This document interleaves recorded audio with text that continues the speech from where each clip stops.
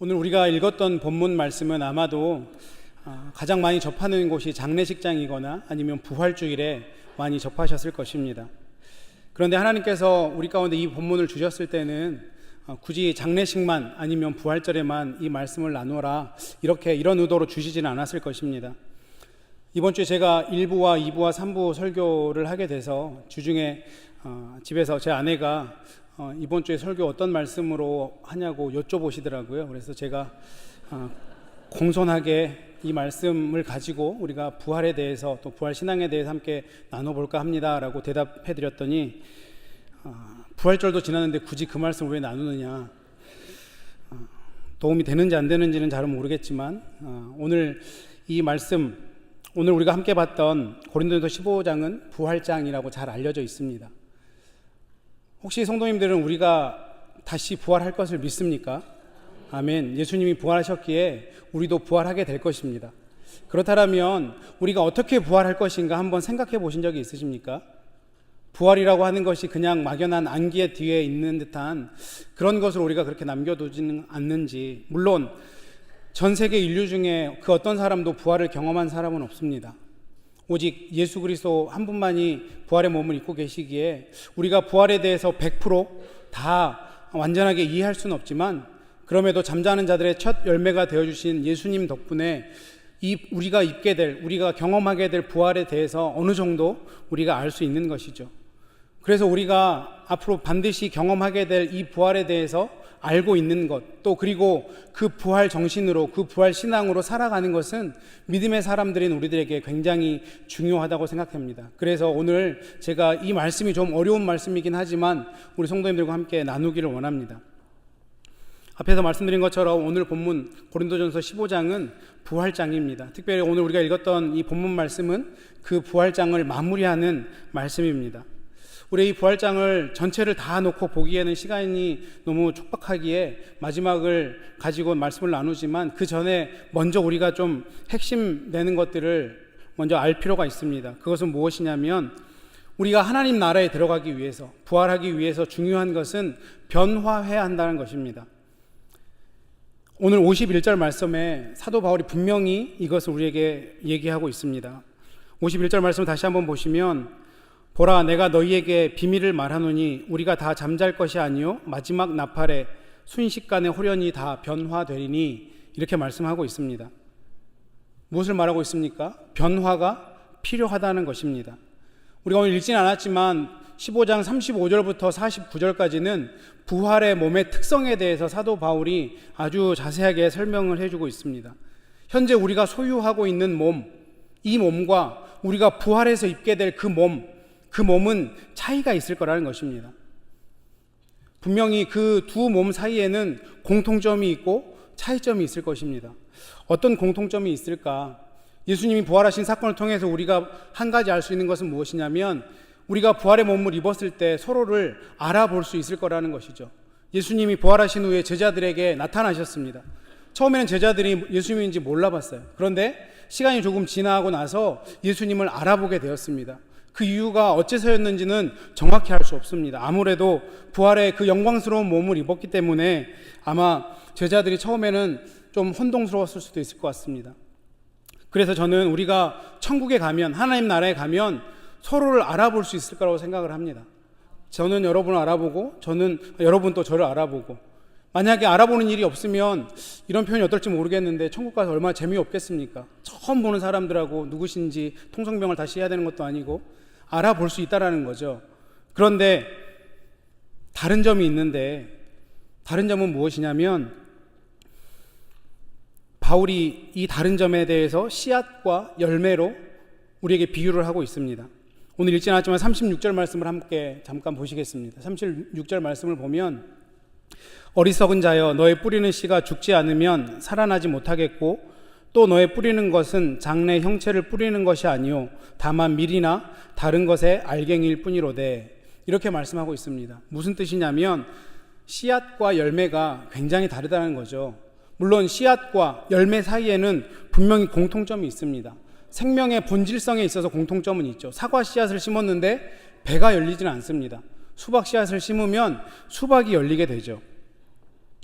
이런 공통점이 있지만 씨앗과 열매는 차이점이 훨씬 더 많습니다. 사도 바울이 이것을 지금 말씀하고 있는 것이죠. 제가 지난번 설교에서 말씀드렸듯이 저희 집이 어렸을 때 과수원을 했습니다. 그래서 이제 제가 제 아내랑 데이트를 할 때 한번 저희 집에 데리고 갔어요. 과수원에 데리고 갔습니다. 물론 이제 뭐 과수원 뭐 놀러 가자, 내가 살았던 동네 놀러 가자 해서 아내와 아내 친구들, 친한 친구들 몇 명이 갔습니다. 물론 제 마음속에는 이게 다 우리 땅이다 보여주고 싶은 마음이 있었는지도 모르겠습니다. 그렇게 땅을 보여주고 과수원 구경도 하고 재미있는 시간을 보냈는데, 그때 제가 한 가지 말하지 않았던 사실이 있었는데, 그 땅에서 우리가 과수원을 하고 있고 우리 땅이지만 그 땅의 실소유주는 은행이었습니다. 많은 대출이 그 땅으로부터 나왔기 때문에 사실은 우리가 그곳에서 과일의 열매를 얻어는 먹지만 은행이 주인이었죠. 아내에게는 이 사실을 얘기하지 않았습니다. 모르겠습니다. 그때 그 기억 때문에 아내가 저와 결혼을 결심하고 지금까지 살아왔는지는 모르겠습니다. 근데 가끔 이렇게 젊은 친구들이 이제 결혼하겠다고 와서 함께 교제하고 또 성경 공부를 할 때 아내가 자꾸 그 자매들에게 하는 얘기 중에 하나 뭐냐면, 보이는 것만 믿지 마라, 보는 게 전부가 아니다, 이런 얘기를 자꾸 강조를 하더라고요. 아마 그때 본인이 뼈저리게 경험했던 것들, 그런 것들 때문에 그런 얘기를 하지 않나. 저는 저를 보고 결혼한 줄 알았는데 그게 아니었다라는 생각이 들기도 합니다.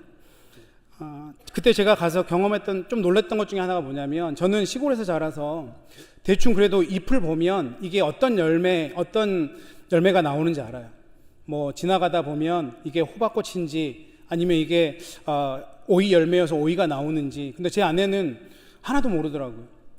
그런데 그렇게 시골에서 자랐던 저도 씨만 보여주면서 이게 무슨 열매인지 맞춰봐라 하면 저는 맞춰볼 수 없습니다. 그만큼 씨와 열매는 많이 다르다는 거죠. 사도 바울이 지금 이것을 말씀해주고 있는 것입니다. 우리가 지금 입고 있는 몸과 우리가 부활했을 때 입고 있는 몸이 어떻게 다를 것인가. 그 정수를 바울은 이렇게 요약을 하죠. 우리가 읽지 않았지만 42절부터 44절까지를 함께 봤으면 좋겠습니다. 제가 읽어드리겠습니다.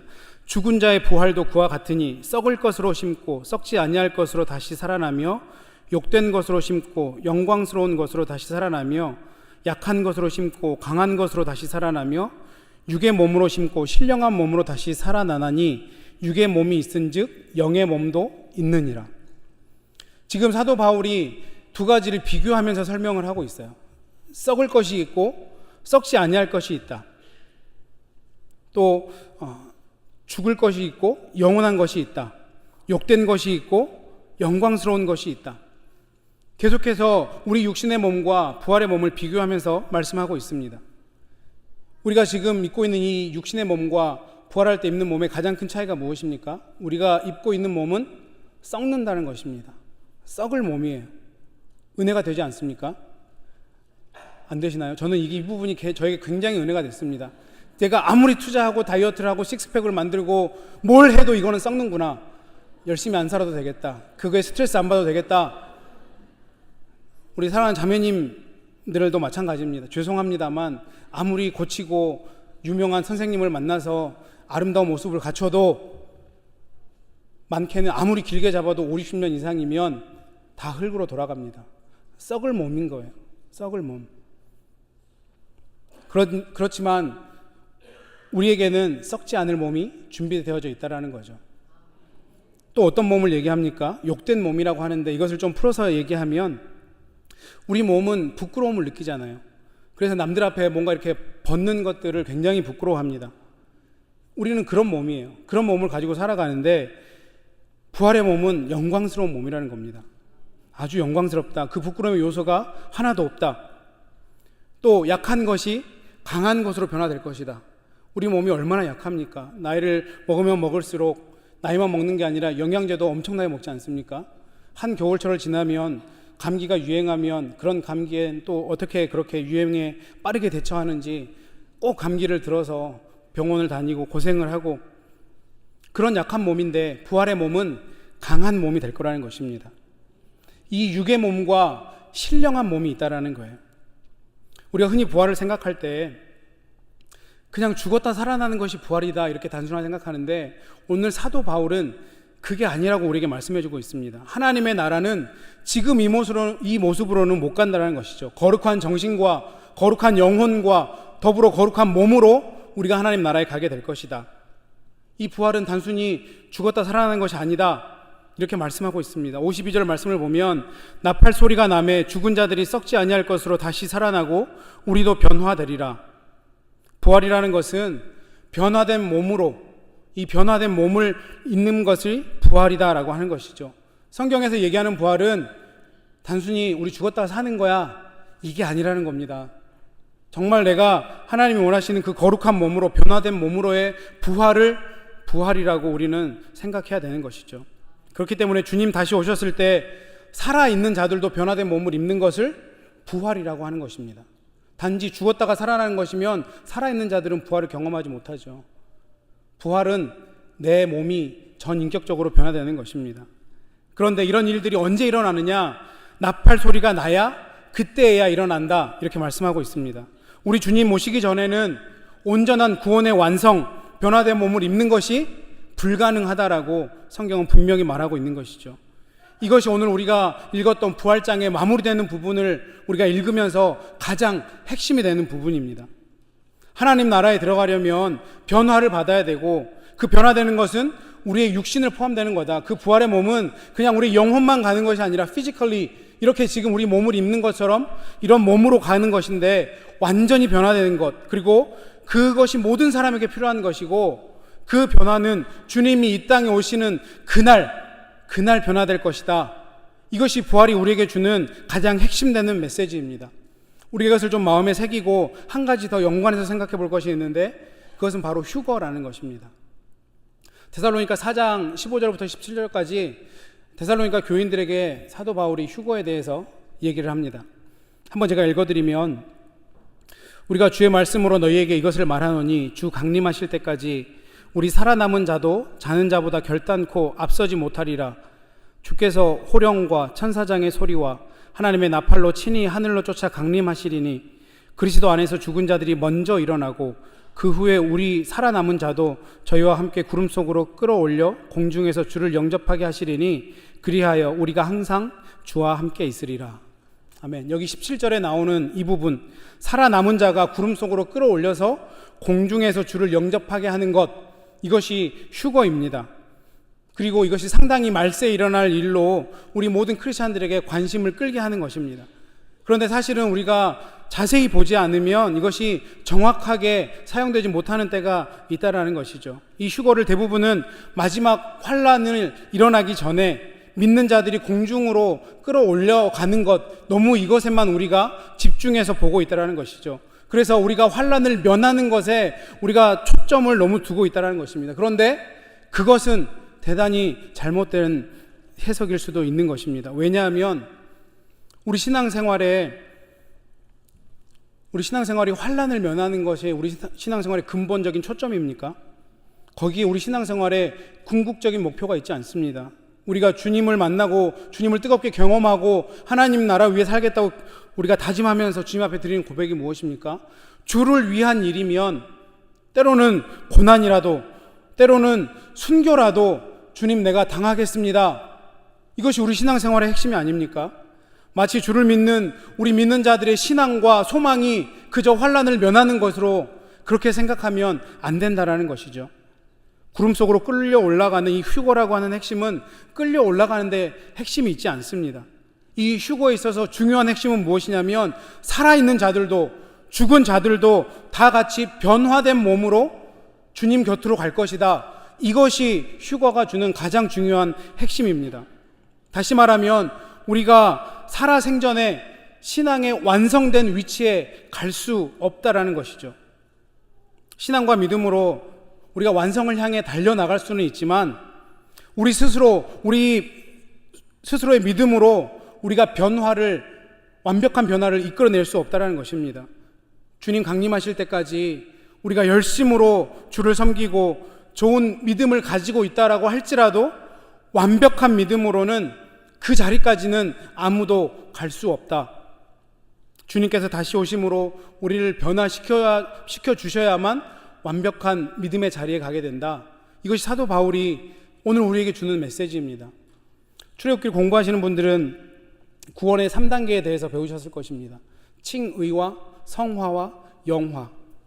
우리가 단순히 생각하기로 예수 믿고 그 예수 그리스도의 십자가의 사건이 나를 위한 사건이라고 고백하면 구원받는다고 생각합니다. 맞습니다. 하나님이 우리가 그렇게 예수를 나의 그리스도로 나의 주인으로 그렇게 고백하면 하나님 우리에게 의롭다 칭해 주십니다. 그리고 우리는 하나님의 백성이 됩니다. 그렇지만 그렇게 하나님의 백성이 되는 것이 우리 구원의 완성이 아니라는 것이죠. 그런 고백이 있고 난 후에 우리가 의롭다함을 칭함받은 후에 우리는 성화의 삶을 살아가야 됩니다. 그리스도를 닮아가는 삶을 살아가야 됩니다. 하지만 그것도 완전한 영화의 삶까지는 안 됩니다. 영화의 삶은 무엇입니까? 우리 주님 예수 그리스도께서 부활의 몸을 입으시고 영광스러운 그 몸으로 살아가고 있는 그 영화는 주님 이 땅에 다시 오시는 그날에 이루어진다라는 것입니다. 그것이 우리 하나님이 우리 가운데 주시는 구원의 완성이라는 것이죠. 주님이 이 땅에 다시 오셔서 새 하늘과 새 땅이 펼쳐지면 주의 은혜로 의롭다 칭함을 받은 우리들이 영화롭게 되어서 영원토록 하나님과 동행하고 하나님을 예배하는 그날이 올 거라는 것입니다. 그렇지만 주님이 이 땅에 오시지 않는, 주님이 이 땅에 오시는 그날 이전에는 우리의 신앙생활은 결국 한탄과 탄식의 연속일 수밖에 없다라는 것입니다. 어떤 목사님한테 가면 그 목사님과 신앙생활을 하면 내가 더 완벽한 신앙인이 되겠다, 그런 일은 없다라는 것입니다. 어떤 신령한 목사님에게 안수 3번만 받으면 나는 완벽한 신자가 될 수 있다, 이런 일은 결코 일어나지 않는다는 것입니다. 그러니 미혹되시면 안 됩니다. 우리 주님 오시기 전까지는 이 땅에 있는 모든 신자들, 모든 크리스찬들은 한숨 쉴 것이나 걱정할 것이 없는 완벽한 상태로 될 수 없습니다. 사도 바울이 여기서 구름 속으로 끌어올려진다는 표현을 사용하는 이유는 우리의 어떤 위치적인 것을 표현하기 위해서 사용한 것이 아닙니다. 이것을 사용한 이유는 무엇이냐면 우리가 지상의 존재로부터 하늘의 존재로 변화되고 그 변화된 몸과 변화된 존재가 될 것이다, 여기에 더 큰 초점이 있다라고 하는 것, 이렇게 보는 것이 더 마땅한 해석이라는 것입니다. 따라서 부활은 단지 죽은 자가 살아나는 것이 아니라 아담의 후손이라는 정체성, 그래서 썩어질 수밖에 없고 부패될 수밖에 없는 그 우리의 정체성이 이제는 영원토록 영광스럽고 거룩하고 영생하는 몸으로의 변환, 전인격적인 변환을 얘기하는 것이 진정한 부활이다. 우리는 우리가 당하게 될, 우리가 맞이하게 될 부활에 대해서 그렇게 정확하게 알고 있어야 되는 것입니다. 그런데 다시 오늘 본문으로 돌아오면 이 일이 언제 일어난다고요? 나팔 소리가 울려날 때, 주님 이 땅에 다시 오실 때 일어난다는 것입니다. 반대로 얘기하면 주님 재림하시기 전에는 이런 일들은 일어나지 않는다는 거죠. 이 땅 가운데 우리는 이 육신의 몸을 입고 살아가야 된다는 것입니다. 사도 바울이 왜 이 얘기를 고린도 교인들에게 했냐면, 사실 이 고린도전서는 1차 독자는 고린도에 있는 교인들 아니겠습니까? 이 고린도는 이 당시에 상업적으로 굉장히 부유하던 도시였습니다. 또 그리스라는 나라 자체도 굉장히 철학적으로 발달한, 또 발전한 국가였습니다. 그렇기 때문에 이 고린도 교인들 안에 이만하면 됐다, 이만하면 괜찮은 신자다, 이런 생각이 있었던 거예요. 우리가 성령이 주시는 많은 은사들을 가지고 있고, 우리는 이 시대를 앞서가는 지식을 가지고 있고 지혜를 가지고 있는 사람들이다, 이런 사람들이 교회 안에 몰려 있으니 당연히 교회 문제가 생기죠. 그러면서 사도 바울이 고린도 교인들에게 그렇지 않다, 우리 주님 이 땅에 다시 오시는 그날까지는 어떤 사람도 완벽할 수 없다, 어떤 사람도 완전할 수 없다, 그러니 교만하면 안 된다, 이것이 신자들의 삶이다, 이것을 고린도 교인들에게 말씀해주고 있는 것입니다. 나팔 소리가 나지 않는 한 주님이 이 땅 가운데 재림하시기 전까지는 어떤 사람도 완전할 수 없습니다. 이것은 무엇을 얘기합니까? 죄송합니다만 어떤 목사도, 어떤 장로도, 어떤 권사도, 어떤 집사도 완벽할 수 없다는 것입니다. 이것을 우리가 믿음으로 받게 되면 우리 삶에 어떤 변화들이 일어나야 됩니까? 겸손해져야 되고 상대방을 이해해 줄 수 있어야 됩니다. 목사가 저래, 장로가 저래, 권사가 저래, 저럴 수 있습니다. 왜 그렇습니까? 오늘 본문 53절 이하의 말씀을 보면 주님이 오시기 전까지 이런 일이 안 일어나는데 그러면 이 땅 가운데 누가 주인이냐? 사망이 주인이라는 거예요. 사단이 주인이라는 겁니다. 이 사망이 힘을 잃을 때, 이 사망이 힘을 쓸 때는 죄가 있어야 이 사망을 집행할 수 있게 되죠. 그런데 주님 이 땅에 오시기 전까지는 그 죄가 이 세상에 관영합니다. 그렇다면 우리는 그 죄의 영향력 아래에 있게 되는 것이죠. 그날이 올 때까지는 우리가 믿는 자라고 할지라도 우리의 몸은 죄와 사망의 영향력 아래에 있을 수밖에 없다는 것입니다. 우리의 정신도, 때로는 우리의 신앙생활도, 내면 세계도 그런 영향으로부터 자유로울 수 없다는 것입니다. 하지만 우리가 그런 존재로만 남아있는 것이 아니라 그럼에도 불구하고 우리가 사망을 조롱할 수 있는 것, 사망아 너의 승리가 어디 있느냐, 너의 쏘는 것이 어디 있느냐, 이렇게 조롱할 수 있는 이유는 무엇이냐면 우리 주님이 이미 우리에게 승리를 주셨기 때문입니다. 창세기 3장 15절에서 여자의 후손이 뱀의 머리를 짓밟을 것이다, 그 말씀이 써지는 그 순간부터 우리의 승리는 이미 계획되어 있기 때문에 비록 지금 우리가 좀 연약해서 쓰러지고 넘어질 수 있고 사망과 죄의 영향력 아래 있을 수 있지만 그럼에도 불구하고 사망이 우리를 어떻게 할 수 없는 이유는 우리에게 영원한 승리가 보장되어 있기 때문입니다.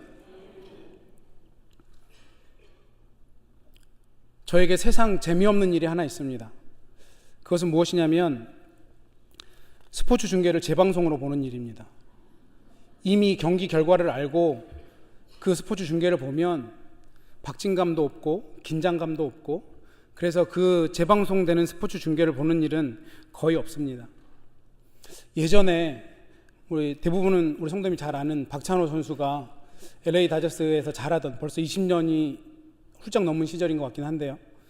그때 이제 한국이 박찬호 선수 경기하는 날이면 들썩들썩 하지 않았습니까? 첫 번째 메이저리거로 그 미국 땅에 가서 한국인이 잘하는.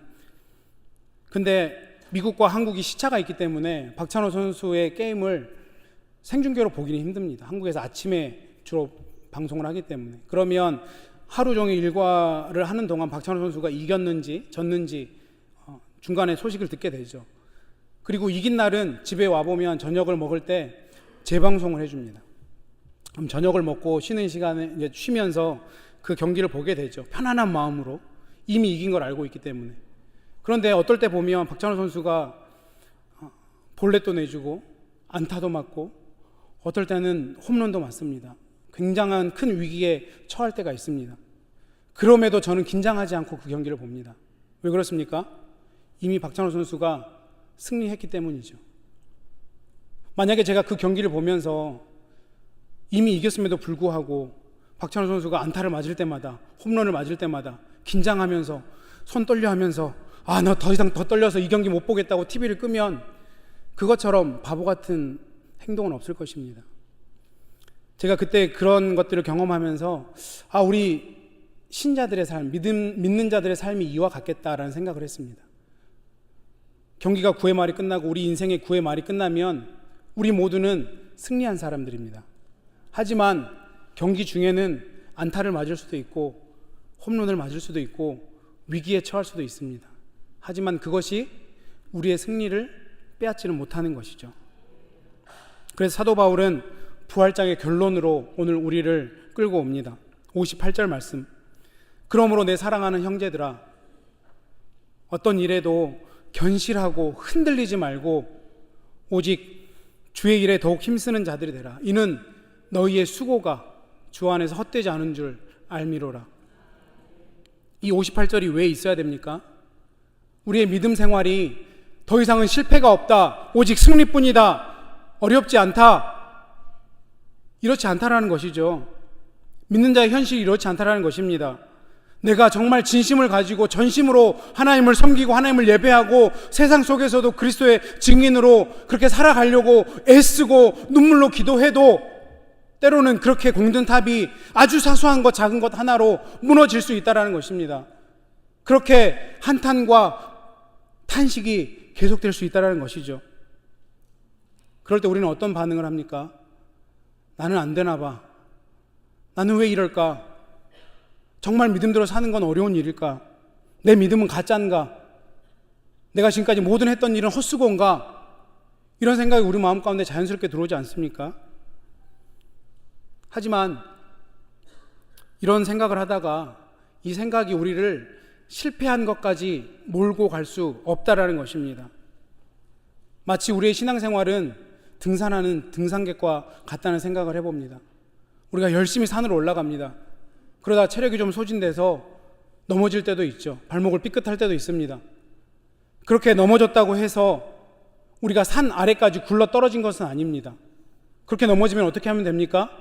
다시 일어나서 툴툴 털고 또 올라가면 됩니다. 그것이 우리 신앙생활인 것이죠. 사도 바울이 그래서 이 결론에서 이런 말씀을 하고 있는 것입니다. 그러므로 내 사랑하는 형제들아, 견실하며 흔들리지 말고 모든 일에 항상 주의 일에 힘쓰는 자들이 되라. 너희들의 이 수고가 결코 헛되지 않을 것을 그 종말의 때 주님 다시 오게 되면 알게 될 것이다. 주님 다시 오시는 그날에 우리는 완벽하게 될 것입니다. 하나님의 은혜로 우리는 변화될 것입니다. 그렇기 때문에 우리가 실패하더라도 쓰러지더라도 내 믿음의 자존감이 그런 일들로 낮아지더라도 견실하게 흔들리지 말고 다시 일어서서 한 걸음 한 걸음 나아가자라는 것이죠. 그것이 부활 신앙으로 살아가는 자들의 모습이 되어야 될 것입니다. 우리 모두는 같은 마음일 것입니다. 더 열심히 하나님 사랑하고 싶고 더 열심히 교회 섬기고 싶고, 그런데 때때로 내 안에 있는 죄성 때문에, 나의 연약함 때문에 쓰러지고 넘어지고 다시 주님 앞에 나오기 너무 부끄럽고, 그래서 고개를 숙이고 주님 앞에 나와서 다시 회개를 합니다. 그런데 그게 우리의 삶이라는 것입니다. 주님 다시 오시기 전까지는 그냥 그렇게 살아가고 있는 것이 잘하고 있는 것이라는 것이죠. 주님 앞에 나오시면 됩니다. 예수님 부활하셨기 때문에 우리도 부활할 수 있습니다. 우리에게 주님 이미 승리를 주셨습니다. 오늘 이 본문을 통해서 우리가 배우는 것은 무엇입니까? 부활이라고 하는 것은 단순히 죽었다가 살아나는 것이 아니다. 우리의 영혼도 우리의 몸도 정말 거룩한 것으로, 완벽한 것으로 전인격적인 변화가 진정한 부활이다. 그런데 그 부활이 주님 오시는 그날까지는 완성되지 않을 것이다. 그렇기 때문에 때로는 넘어질 수도 있고 실패할 수도 있고 쓰러질 수도 있고 좌절할 수도 있다. 하지만 그것이 실패는 아니다. 다시 일어서서 주님 바라보고 한 걸음 한 걸음 그렇게 주님 오시는 그날을 기다리며 기대하며 나아가면 된다. 오늘 주님이 우리에게 그렇게 말씀하고 계십니다. 다시 한번 말씀드립니다. 예수님 부활하셨고 우리도 부활합니다. 그 영광스러운 부활의 몸을 우리도 입을 것입니다. 이 세상에서 잠깐 지치고 쓰러질 수 있습니다. 일어나십시오. 툴툴 털고 일어나십시오. 그리고 주님 바라보며 한 걸음 한 걸음 전진하십시오. 그것이 부활신앙으로 살아가는 진정한 신자들의 모습이 될 것입니다. 그 모습으로 이번 한 주간도 넉넉히 승리하시는 저와 여러분 되시기를 주님의 이름으로 축원합니다. 기도하겠습니다.